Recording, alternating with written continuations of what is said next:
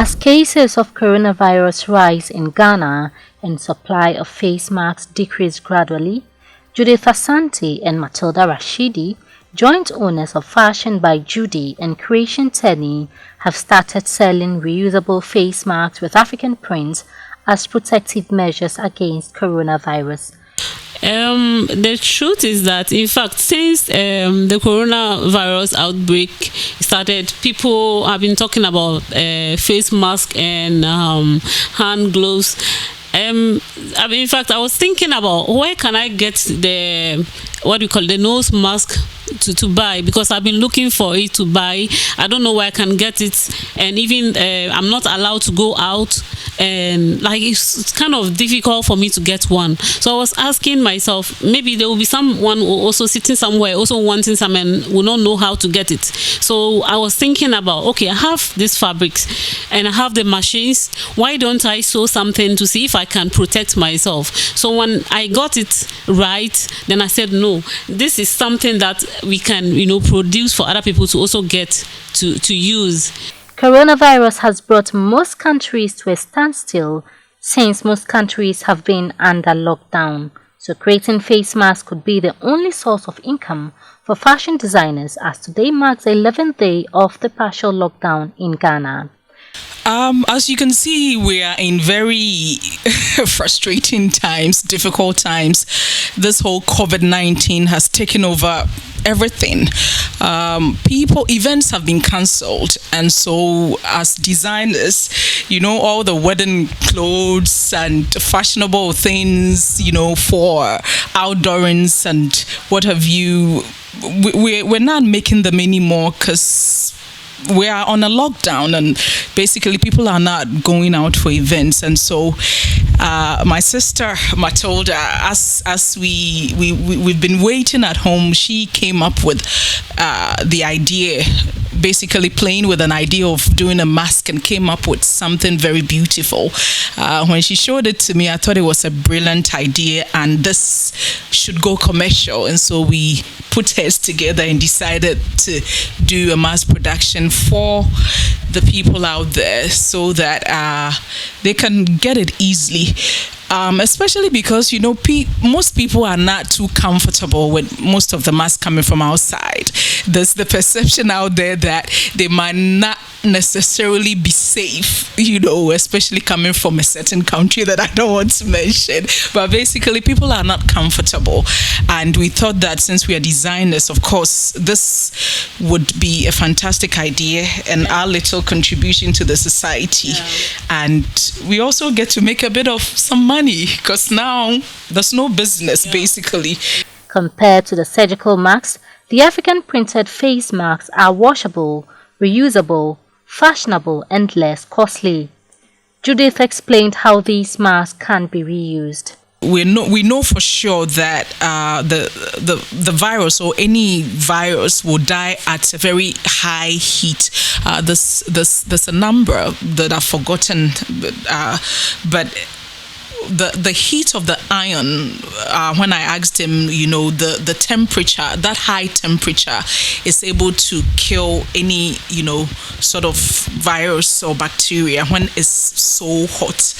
And so when I spoke to him, he told me and confirmed that kind of heat is able to kill the virus. And so you're safe if you're able to put the iron at that very high temperature, as hot as it can get, and iron it out.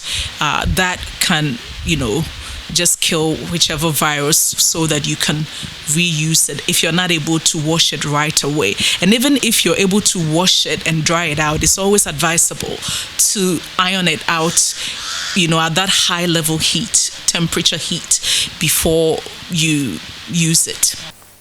Matilda urged the public to protect themselves from coronavirus with the African print face masks. Yeah, what I want to tell the viewers out there that they should take this opportunity to get some for themselves, because I have a friend who contacted me this afternoon and was telling me how a white lady contacted them that they want some from Africa here. So if they are ordering it from even here to their side, it means that they don't even trust their own, and they believe that our own will be quality. So our people should take advantage and then call us for some. Okay, and the number is 0249875097 or 0243905195.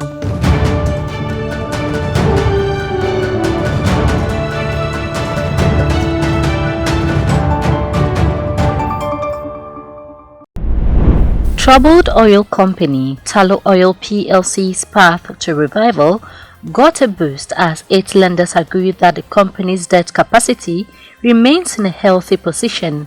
A release issued by the company on Friday said its recent reserves-based lending redetermination confirms a debt capacity of $1.9 billion as well as a $700 million liquidity headroom of undrawn facilities and free cash at the start of the second quarter of the year. The Anglo-Saxon company and operator of Ghana's Jubilee and 10 oil fields said it will now pursue further savings in addition to initial measures that, among other things, included layoffs expected to affect about a third of its global workforce. Per the agreement with lenders, TULLOW voluntarily reduced facility commitments from $2.4 billion to $2.2 billion, effectively accelerating its first scheduled commitment amortization from October 2020. It is expected that the reduction in debt capacity and commitments will translate into a reduction in finance costs.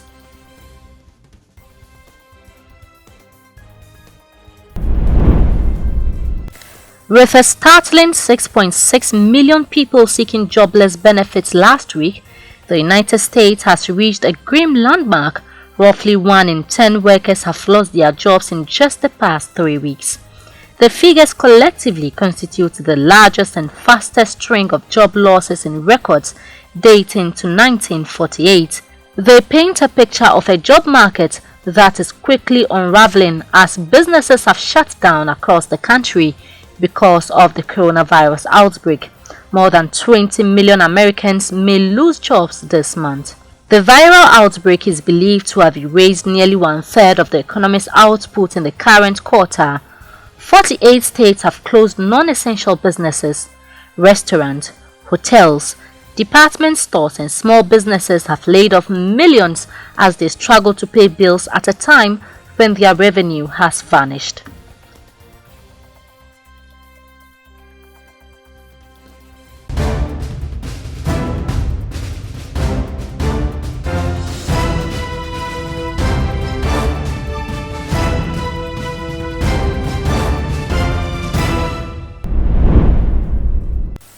Mike Ajay, a veteran journalist and author, died in a London hospital on April 7, 2020 of the novel coronavirus pandemic. The former Ghanaian journalist was already hospitalized for another illness and contracted the coronavirus disease while undergoing treatment at the London hospital.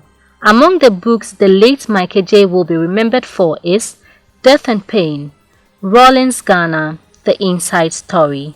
The United Kingdom, as of April 8, recorded 61,474 confirmed cases of the coronavirus disease, with 7,110 deaths.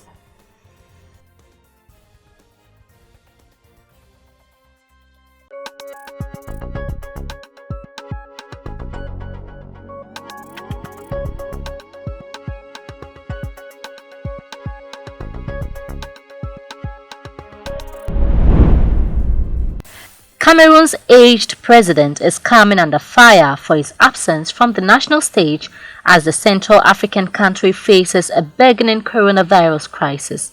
A month after the first case of COVID-19 was recorded, 87-year-old Paul Biya has yet to address the nation, A silence that for supporters is a sign of gravitas, but for critics, one of failure. According to official figures posted early Monday, Cameroon has 658 cases of coronavirus, with 9 deaths, making it the second most affected country after South Africa in sub-Saharan Africa.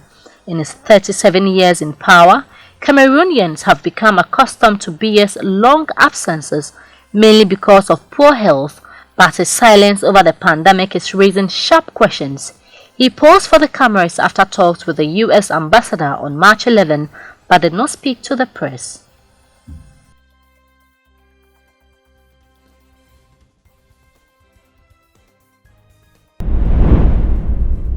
Barring unforeseen disaster, Joe Biden will represent the Democratic Party against President Donald Trump this fall. The former vice president's place on the general election ballot cemented by Bernie Sanders' decision to end his campaign. Biden likely won't secure the number of delegates needed to clinch the nomination until June, but without any Democratic rivals left, a general election campaign that will most certainly be the most expensive and among the nastiest in U.S. history is underway.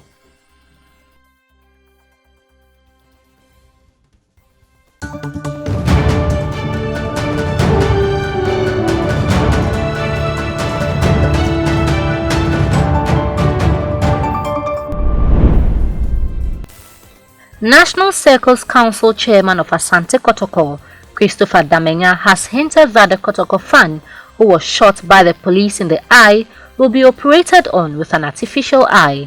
Opon was standing close to a group of agitated fans with his hands folded on his chest when a police officer shot him with a rubber bullet at close range. The Kumasi-based commercial driver suffered 4 pallets of the bullet in his head and has lost his right eye aside suffering facial injuries.